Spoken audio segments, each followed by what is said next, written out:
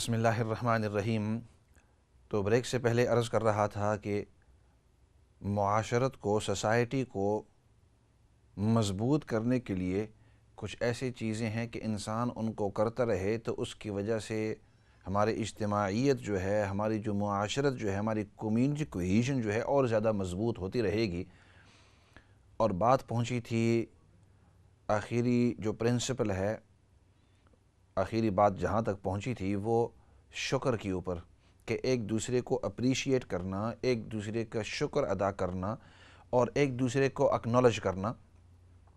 اور یہ بات عرض کی تھی کہ انسان کی فطرت ہے کہ وہ چاہتا ہے کہ جب اس کے ساتھ کوئی اچھا کام کیا جائے تو اگلا آدمی اس کا شکر ادا کرے یا اس کو اپریشیٹ کرے یا اس کو اکنالج کا مطلب پتہ چلے کہ باقی جی آپ نے یہ کام کیا تھا۔ اور پھر میں نے یہ کہا تھا کہ یہ اپنے گھرانے سے انسان شروع کرے اور پھر گھرانے سے باہر اپنے پڑوسی اور باقی جو معاشرت ہے، کہ جو بھی آپ کے ساتھ کوئی بھی اچھا کام کرے، چاہے کتنا چھوٹا ہو، تو اس کو آدمی اپریشیٹ کرے۔ آپ کی یہاں کوئی آ کر کوئی صفائی کر کے چلا جائے، آپ اس کو اپریشیٹ کرو، چاہے وہ آپ کے گھر والے ہوں، چاہے آپ کے بچے ہوں، چاہے رشتہ دار ہوں۔ بعض اوقات یہ ہوتا ہے کہ لوگ اکٹھے ہو جاتے ہیں، بھئی چلو آپ کی صفائی اس کمرے کی میں کر لیتی ہوں، اس کمرے کی تم کر لینا، ادھر کی آپ کر لینا، چلو بھئی فلاں کھانا میں آپ کے لیے بنا لیتی ہوں، آپ یہ بنا لینا۔ یا باہر مرد جو ہوتے ہیں، بھئی آپ کی گاڑی کے اندر جگہ نہیں ہے، میری گاڑی کے اندر بیٹھا دو، آپ کی شاپنگ میں آج آپ کے لیے کر دیتا ہوں۔ صف کے اندر جگہ مل گئی، بھائی اس کو جگہ دے دی۔ معمولی سی بھی چیز ہو تو انسان اس کو اپریشیٹ کرے، جزاک اللہ خیر جی، تھینک یو ویری مچ، آپ نے یہ کام کیا ہے، آپ نے یہ بات کی ہے، آپ نے فلاں شخص کا یہ بات پہنچا دی، it's so nice of you, آپ نے یہ بات پہنچا دی۔ چھوٹی چھوٹی چیزوں کو جب آپ اپریشیٹ کریں گے تو اس سے دو فائدے ہوتے ہیں۔ ایک تو یہ کہ اگلا آدمی اس سے خوش ہوتا ہے اور اگلے آدمی کا دل چاہتا ہے کہ میں دوبارہ اس طرح کر لوں۔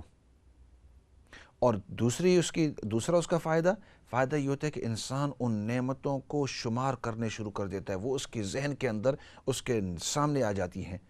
پہلے تو ویسے انسان کھانا پی کھاتا ہے، کپڑے بھی اس کے پڑے ہوتے ہیں، گھر بھی صفا ہوتا ہے، باتھ روم بھی صفا ہوتی ہے، گھر بھی سارا صفا ہوتا ہے، وہ ایک قسم کا گرینٹڈ ہے، وہ اس کی طرف توجہ نہیں ہوتی۔ لیکن جب وہ کہتا ہے کہ آپ کی بڑی مہربانی، آپ نے یہ جو کھانا بنایا تھا، روٹی بنائی تھی، آپ نے کتنا وقت گزارا تھا، اس کے اوپر بھی بڑی مہربانی آپ کی، تھینک یو ویری مچ۔ اسی طرح کپڑے آپ نے کیے تو انسان کے ذہن میں آتا ہے کہ دیکھو اس کپڑے استری کرنے کے اوپر بھی انہوں نے اپنا کتنا زور لگایا ہے، کتنا ایفرٹ، کتنی محنت کی ہے، کتنا وقت خرچ کیا ہے۔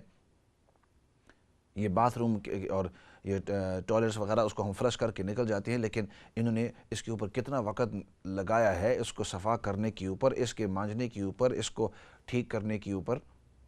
ہر چیز اپنے طور پر رکھی ہوئی ہے، سامان ہم آ کر اندر رکھ ہی دیتے ہیں، اتنا کافی نہیں ہے شاپنگ کر کے اس تمام سامان کو، جو کھانے کا سامان ہے اس کو فریج کے اندر رکھنا، جو باتھ روم کا سامان ہے اس کو اوپر جا کر کیبنٹس کے اندر رکھ دینا، جو ویسے کھلا سامان ہے بسکٹس وغیرہ اس کو اپنے درازوں کے اندر، دروغوں کے اندر اس کو جوڑ دینا، صحیح طریقے سے رکھنا، برتن وغیرہ ہو ان کو دھو کر اپنی جگہ پر رکھنا۔ یہ پورا نظام ایک نظام ہے، اور جب تک انسان اس کو اپریشیٹ نہ کرے تو اس کو ریئلائزیشن نہیں ہوتی۔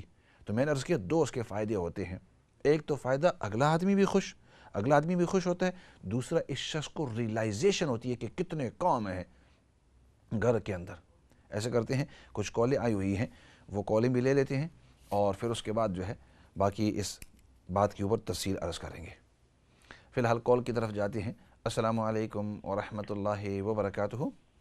وعلیکم السلام ورحمۃ اللہ وبرکاتہ۔ مولانا صاحب، بہت اچھا آپ کا بیان ہے، اور ہماری سوسائٹی میں اس طرح کے بہت زیادہ مسائل ہیں جنہیں بہت زیادہ گہرائی سے سمجھنے اور ان کو ایڈریس کرنے کی ضرورت ہے۔ اور آپ نے جس طرح کہا، دو ہستیاں ہیں جن کا ہم شکریہ نہیں ادا کرتے، جس کی وجہ سے رنجشیں اور جو محبت ہوتی ہے وہ شکریہ ادا کرنے سے ہی پیدا ہوتی ہے اور رنجشیں دور ہوتی ہیں۔ تو سر، ایک جو مفت کا ملازم آپ کو گھر میں ملا ہوتا ہے، جو آپ کے کپڑے بھی استری کرتا ہے، ہر چیز ایک جو جس کو نہ پے کرنا پڑتا ہے، وہ آپ کے کپڑے بھی استری، کھانا بھی بنائے، وہ سب کچھ، اور مفت کا ایک ملازم ملا ہوتا ہے، اس کو بھی اپریشیٹ نہیں کرتے بچے، اور اتنی بدتمیزی کرتے ہیں. اور جو ماں کا رتبہ ہے، اور ماں کی اتنی بڑی ہستی جو ہے، اور پھر خدا کی ہستی جو خدا آپ کو اتنا کچھ دیتا ہے، تو اس کے شکر کے طور پر ہمیں اگر اس کے دین کو سمجھیں، دین کی تبلیغ کریں، اور اللہ تعالیٰ کو واپس کیا دے رہے ہیں ہم، مطلب اس کی نعمتوں کے شکرانے میں ہماری ایفرٹس ہونی چاہیے. اگر ہم اپنے بیوی بچوں ہر مطلب گھر کی آسائشوں کے لیے، تو کیونکہ ہمیں محبت ہوتی ہے گھر سے، اور بچوں سے محبت ہوتی ہے، گھر سے محبت ہوتی ہے، خاوند کو بیوی سے، اور وہ کیا کچھ نہیں کرتے ان کو خوش کرنے کے لیے، تو ہم اللہ کو خوش کرنے کے لیے کیا کرتے ہیں. تو یہ بھی شکرانہ ہی ایک قسم کا ہوتا ہے. اور پھر وہ ماں جو مفت کی ایک ملازم گھر میں ہوتی ہے، ایک وہ اسے بھی تو کچھ اس ملک کا کلچر ہے، اور پھر جو معاشرت تباہ ہو رہی ہے، اور پورا معاشرہ تباہ ہو رہا ہے اس کی وجہ سے. تو جو غیر مسلم ہیں، آپ کو پتہ ہے کہ وہ کس دہانے پہ کھڑے ہیں، اسی وجہ سے کہ ان کا خاندانی نظام ہی تباہ ہو چکا ہے. تو یہ جو اکائی ہے اسلام، جو ہمیں محبت کا اور یہ رنجشیں دور ہوتی ہیں، اور ایک پرامن معاشرہ بنانے کے لیے، جس طرح آپ نے کہا کہ شکریہ ادا کرنا چاہیے، تو شکریہ ادا کریں گے، اپریشیٹ کریں گے ایک دوسرے کو، تو پھر محبت بڑھے گی اور رنجشیں دور ہوں گی. لیکن جب ہم اگنورنس دکھائیں گے، غرور ہوگا، حسد ہوگا، اس طرح کی چیزیں ہوں گی، تو پھر کیسے؟ صحیح، تو آپ کی بات بالکل ٹھیک ہے جی. بہت شکریہ آپ کے، بہت اچھا آپ کا بیان ہوتا ہے، اور بہت اچھی باتیں ہوتی ہیں. اللہ تعالیٰ آپ کو جزا دے. آمین آمین آمین. تھینک یو ویری مچ آپ کے بھی، اور آپ نے کنٹریبیوشن کی، اور جتنے بھی کنٹریبیوشن کرتے ہیں، اور اس کے اوپر تھوڑا سا کامنٹ کریں گے، لیکن ایسے کرتے ہیں اگلی کال کی طرف جاتے ہیں جی. السلام علیکم ورحمۃ اللہ وبرکاتہ. وعلیکم السلام. مفتی صاحب، میں نے 3 سوال پوچھنے ہیں. ایک تو یہ کہ السلام علیکم. روزے کے وعلیکم السلام. جی، آپ کی آواز اب آ رہی ہے. اچھا، میرے 3 ہیں آپ سے. جی جی. اگر تو کچھ ڈسرپشن ہو رہی ہے راستے میں. ریسیپ ایک تو یہ ہے کہ فدیہ کی، روزے کے فدیہ کی رقم ٹھیک ہے. کسی بچی کی ایجوکیشن کے لیے استعمال کی جا سکتی ہے، اس کو تعلیم میں مدد دینے کے لیے. ٹھیک ہے. دوسرے جو بہتر ہیں، ان کے وہ قضا پڑنی چاہیے یا نہیں، وہ نوافل ہیں یا ان کا ضروری ہے کہ ان کی بھی وہ جواب دہی کرنی پڑے گی ان کی نہ پڑھنے کی. ٹھیک. اور اس کے بعد اس کے بعد یہ کہ فدیہ کی جو رقم ہے روزے کی، جی جی. اس حساب سے لگائی. اچھا، آپ کی ریسیپشن جو ہے پھر کٹ رہی ہے. ایسے کریں گے، آپ سے درخواست کریں گے، آپ دوبارہ رنگ کر لو، اور اگر سوال مکمل نہ ہوا تو دوبارہ آپ رنگ کر سکتے ہیں، کیونکہ پھر ریسیپشن جو ہے وہ کٹ رہی ہے. اگلی کال کی طرف جاتے ہیں جی. السلام علیکم ورحمۃ اللہ وبرکاتہ. یا ایسے کرتے ہیں، ان سوالوں کے جواب دے دیں گے، اور جو کالرز ہیں ان کے کال کے اوپر کامنٹ بھی. آپ نے کہا کہ شکریہ کے بارے میں، تو واقعی جیسے میں نے پورا اس کے اوپر وقت کافی گزارا کہ ایک دوسرے کو اپریشیٹ کرنا، اور اٹس نائس کہ کالرز آ کر اپریشیٹ کرتے ہیں کہ ہمیں یہ بات سمجھ میں آ رہی ہے. بعض اوقات لوگ سنتے تو رہتے ہیں اور کہتے ہیں کہ بات سمجھ آ رہی ہے، آپ جس تفصیل سے بیان کرتے ہیں وہ پوری تفصیل گہرائی کے ساتھ ہمیں سمجھ آ رہی ہے. اور جیسے کالر نے کہا کہ یہ ایسی چیزیں ہیں کہ جو پریکٹیکل زندگی کے اندر ہیں، اور ہمیں یہ کرنی چاہیے. اور اسی وجہ سے اگر آپ دیکھیں تو جتنے بھی میرے پروگرام بیانات وغیرہ ہوتے ہیں، تو وہ چیزیں ہوتی ہیں کہ جو آپ کے لیے علم کے طور پر بھی، اور آپ اس کو اپنی زندگی کے اندر لا بھی سکتے ہیں، کر بھی سکتے ہیں، اپنی زندگی کو اور دوسرے کی زندگی کو بہتر بنانے کے لیے.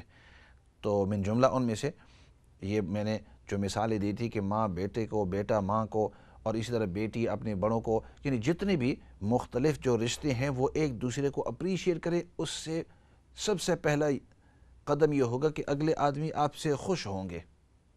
ماں آپ سے خوش ہوگی، باپ آپ سے خوش ہوگا، آپ کا بھائی آپ سے خوش ہوگا، آپ کی بہن آپ سے خوش ہوگی، آپ کے بیٹے بیٹیاں جو ہیں، آپ کے جو بھائی بہن ہیں، وہ آپ کے چاچا ماموں، جتنے بھی پورے گھرانے والے ہیں. اور پھر یہی اعمال جب آپ باہر کریں گے دوسروں کے ساتھ، اپنے پڑوسیوں کے ساتھ، دونوں طرف جو پڑوسی ہیں ان کے ساتھ، جو محلے والے ہیں ان کے ساتھ، تو یہی خوش اخلاقی کے پہلے قدم ہیں. اور اگلے آدمی کو اپریشیٹ کرنا. اور انہوں نے یہ بات اچھے انداز کے اندر کہی کہ گھر کے اندر بعض اوقات ہم نے اگلوں کو ایک قسم کا نوکر سمجھا ہوا ہے، بجائے نوکر اس کو اپریشیٹ کریں کہ آپ یہ جتنا اپنے پیار محبت سے جو کام کر رہے ہیں ہم اس کو اپریشیٹ کرتے ہیں. اور عجیب بات یہ ہے کہ اسلام نے ہمیں یہ حکم دیا ہے کہ ہر روز ہر وقت کرتے رہو. یہ نہیں کہ سال میں ایک مرتبہ fathers day, mothers day, brothers day, daughters day, پتہ نہیں کون سا ڈے ہی ڈے ہوتا رہتا ہے. لیکن ہمیں یہ کہا کہ ایک خاص دن نہ رکھو کہ اس دن کے اندر جا کر اس کی عزت کرو. ہم کہیں گے اس دن بھی ان کی جا کر عزت کرو، لیکن اس کے علاوہ 364 اور ڈیز جو ہیں، کل 365 ہیں، تو اس ایک دن کے اندر بھی اور باقی بھی 364 کے اندر 364 باقی بھی جو دن ہیں ان کے اندر بھی ان کی عزت، احترام، ان کے ساتھ وقار، ان کے جتنے بھی کام وہ آپ کے لیے کر رہے ہیں ان کو اپریشیٹ کرنا.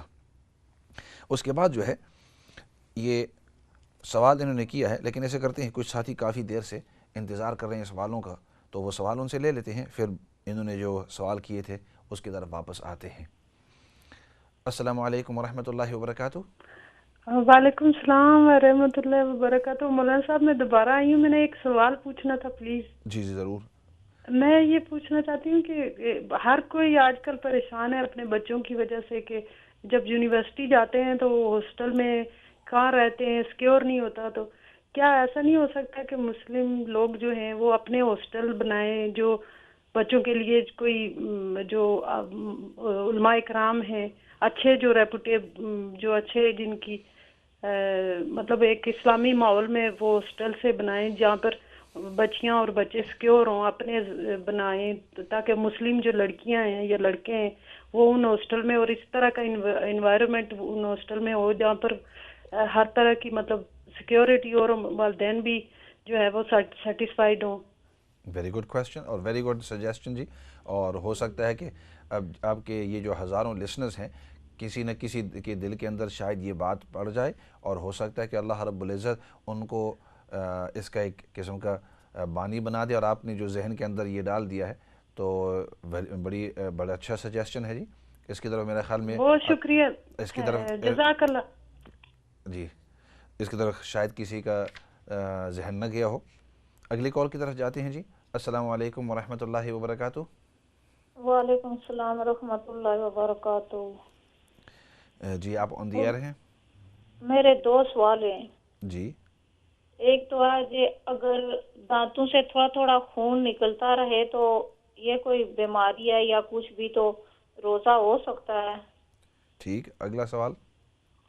تو دوسرا سوال یہ ہے کہ آج کل جو بچوں کے رشتے ہوتے ہیں تو پہلے لڑکی لڑکا ایک دوسرے کو دیکھتے ہیں، ماں باپ فیملی سارا کوئی ٹھیک ہوتا ہے، خوش ہوتے ہیں، تو بعد میں پھر کہتے ہیں کہ ہم استخارہ کریں گے. تو سب کچھ ٹھیک، اب فیملی کا آنا جانا ملنا جلنا سب کچھ ہو گیا ہے. بعد میں استخارہ کرتے ہیں، پھر کہتے ہیں یہ صحیح نہیں ہوا، یہ ایسے ہوا ویسے ہوا. اس کو استخارہ کیسے کرنا چاہیے اور استخارے میں کیا آئے تو شادی ہو جانا چاہیے؟ آج کل یہ بڑا رواج ہو گیا ہے ایسے. ٹھیک ہے انشاءاللہ. تو سنتا ٹھیک ہے، مگر پہلے کرے نا، جب وہ دیکھیں تو پہلے استخارہ کر لیں. آپ یہ شادی کروں گے ٹھیک ہے، نہیں ہے پھر تو ٹھیک ہے. پہلے دیکھ کے ٹائم اتنا ویسٹ کرتے ہیں، پھر اینڈ پر جا کر استخارہ کرتے ہیں. آپ کے ساتھ اس طرح ہوا ہے؟ اس پر ذرا. آپ کے ساتھ اس طرح ہوا ہے؟ میرے ساتھ 2 دفعہ ایسے ہوا ہے، تو ابھی دوسری بار ہے، اس لیے میں نے آپ سے پوچھا ہے. وہ آپ کی آواز سے پتہ چلتا ہے کہ آپ بڑے غصے میں ہیں، اس لیے میں پوچھ نہیں میں غصے میں نہیں ہوں. بس ٹھیک ہے. کیونکہ پتہ نہیں تو ٹھیک ہے، میں نے تو نہیں کیا، کیونکہ جب بچوں کو پسند ہے، فیملی بھی ٹھیک ہے، خوش ہیں، تو پھر بہانہ نکال لیتے ہیں آپ استخارہ کرنا ہے. اب دوسری بار پھر وہی سیم چیز ہوئی ہے، تو پھر میں سوچتی ہوں کیا اس میں میری کوئی پرابلم ہے یا ان کی ہے. وہ لڑکی والے ایسے کرتے ہیں، پہلے تو وہ لڑکی نے کیا ہے. ٹھیک ہے ٹھیک ہے. اب جو لڑکی کی ماں ہے نا، وہ سب کچھ ٹھیک ہے، خوش ہے، تو پر اب کہتی ہے ویٹ کرو، استخارہ کروں گی، اللہ کرے کوئی بہتری ہو جائے. چلو ٹھیک ہے. تو پھر کیا کرنا چاہیے، کیا شرعی مسئلہ ہے؟ ٹھیک ہے انشاءاللہ. آپ سنتے رہیں. اگلی کال کی طرف جاتے ہیں جی. السلام علیکم ورحمۃ اللہ وبرکاتہ.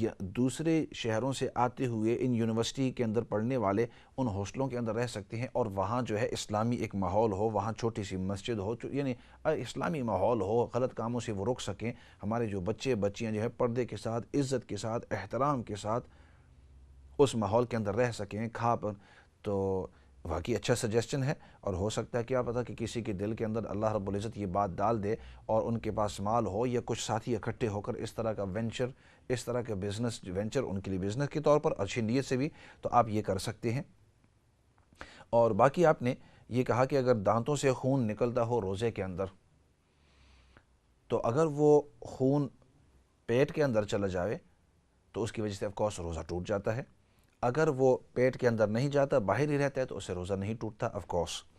باقی آپ نے یہ پوچھا کہ بچوں کے رشتوں کے بارے میں، کہ وہ پہلے آ کر باتیں شاتیں کرتے ہیں، جان پہچان ہو جاتی ہے، اس کے بعد پھر وہ استخارہ کرتے ہیں. تو بھائی استخارہ یہ نبی پاک صلی اللہ علیہ وسلم نے احادیث مبارکہ کے اندر ہمیں اس کی ترغیب دی ہوئی ہے کہ آپ استخارہ کرو، کوئی بھی اہم کام کرنا ہو اس سے پہلے استخارہ کرو. باقی آپ یہ جو کہہ رہے ہیں کہ پہلے ان کو استخارہ کرنا چاہیے پھر ہم سے بات چیت کرنی چاہیے، تو پہلے تو یہ ہے کہ آپ سے بات چیت کریں، کم از کم حالات سے واقف ہوں، پتہ تو چلے کہ لڑکا یا لڑکی اویلیبل ہیں یا نہیں ہیں، تھوڑی سی واقفیت ہو، اور پھر جب واقفیت ہو پھر اس کے بعد آگے بات چلیں. اور پہلے بات صاف کر دینی چاہیے کہ بھائی ہم آپ کے ساتھ یہ رشتے کی بات کرتے ہیں لیکن ابھی پکی نہیں ہوئی ہے.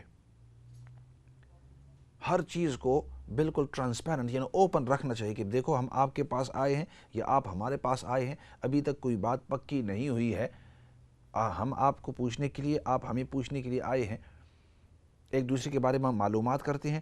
اس کے بعد اگر بات بن جائے تو الحمدللہ، اگر بات نہ بنے تو نہ آپ ناراض نہ میں ناراض. ہمارے ساتھی مثال دیا کرتے ہیں، وہ کہتے ہیں بھائی میں جب دکان میں جاتا ہوں تو ان کو کہتا ہوں کہ مجھے یہ تمام کپڑے دکھا دو اور اس کی پرائسیں بھی بتلا دو، اور اس کی آخری جو پرائس ہے وہ بھی مجھے بتلا دو. پھر بھی اگر میں نے خرید لیا تم خوش، اگر خریدا نہیں تو ناراض نہیں. کیونکہ وہ بعض دکان والے ہوتے ہیں وہ کپڑے کو نکالتے ہیں، پورا تھان کا تھان نکال لیتے ہیں، تو وہ مثال دیتے ہیں، وہ کہتے ہیں پہلے سے میں ان کو کہہ دیتا ہوں کہ ناراض نہیں ہونے کا، بات چیت پوری کر لیں گے، اگر مجھے پسند آئی تو میں لے لوں، پسند نہیں آیا تو نہیں لوں. تو اسی طرح شروع سے آپ اپنی بات کو اوپن رکھیں. دیکھو ہم آپ کے ساتھ رشتہ جوڑنے کے لیے آ رہے ہیں، لیکن اس سے پہلے ہم ایک دوسرے کے ساتھ واقفیت وغیرہ کریں گے، پھر آخر میں استخارہ کریں گے، پھر اس کو ٹٹول لیں گے. اگر بات بن گئی الحمدللہ، اس میں اللہ کیا پتہ ہمارے دونوں کے لیے بہتری رکھے، اور اگر بات نہیں بنی تو ہو سکتا ہے کہ اس میں ہمارے لیے بہتری ہے کہ بات نہ بنے. تو جب ہم اس طرح شروع سے بات صاف رکھیں گے تو اس میں پھر ناراضگیاں اور نہ اتفاقیاں نہیں ہوتی. اسی کے ساتھ آج کے پروگرام کو ختم کرتے ہیں اور معمول کے موافق آخر میں دعا کر لیتے ہیں. الحمدللہ رب العالمین والصلاة والسلام علی سید الانبیاء والمرسلین محمد وعلی آلہ وصحبہ اجمعین. ربنا ظلمنا انفسنا وإن لم تغفر لنا وترحمنا لنكونن من الخاسرین.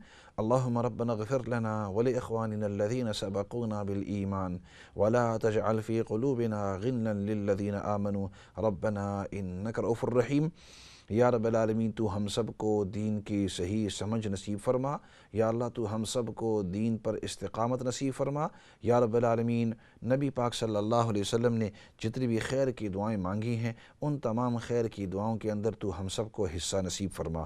نبی پاک صلی اللہ علیہ وسلم نے جن جن چیزوں سے حفاظت اور پناہ مانگی ہے یا اللہ ان تمام چیزوں سے حفاظت اور پناہ ہم سب کو نصیب فرما. یا رب العالمین جتنے بھی بیمار ہیں، چاہے روحانی بیمار ہو جسمانی بیمار ہو، یا رب العالمین سب کو شفا نصیب فرما. یا اللہ جو لوگ بھی پریشان حال ہیں، جس قسم کی بھی پریشانی کے اندر ہیں اور دنیا کے جس خطے کے اندر بھی ہیں، یا اللہ سب کے پریشانیوں کو دور فرما، سب کو سکون اور اطمینان نصیب فرما. یا رب العالمین ہر قسم کی آفت کو، مصیبت سے، بلیات سے، نظر بد سے تو ہم سب کی حفاظت فرما. یا اللہ اجتماعیت اور معاشرت کو مضبوط بنا، ہم سب کو آپس میں اتفاق اور اتحاد نصیب فرما، آپس کے اندر محبت اور مودت نصیب فرما. یا اللہ ایک دوسرے کے لیے ہمدردگی نصیب فرما، اور یا اللہ ایک دوسرے کے ساتھ ایک اور نیک بنا. یا اللہ ہمارے دل کے اندر جو کدورتیں ہیں ایک دوسرے کے لیے یا اللہ ان کو دور فرما. یا اللہ تو ہم سب کو حسد سے، بغض سے، کینہ سے محفوظ فرما۔ یا اللہ سب سے بڑی بات وہ تیری رضامندی ہے۔ یا اللہ دنیا اور آخرت کے اندر تو ہم سب کو اپنی رضامندی نصیب فرما، اور جتنے بھی مرحومین اس دنیا سے جا چکے ہیں ان سب کی بخشش اور مغفرت فرما، اور ہماری موت کا وقت آوے تو ہمیں خاتمہ بالایمان نصیب فرما۔ سبحان ربک رب العزت عما یصفون وسلام علی المرسلین والحمد للہ رب العالمین برحمتک یا ارحم الراحمین۔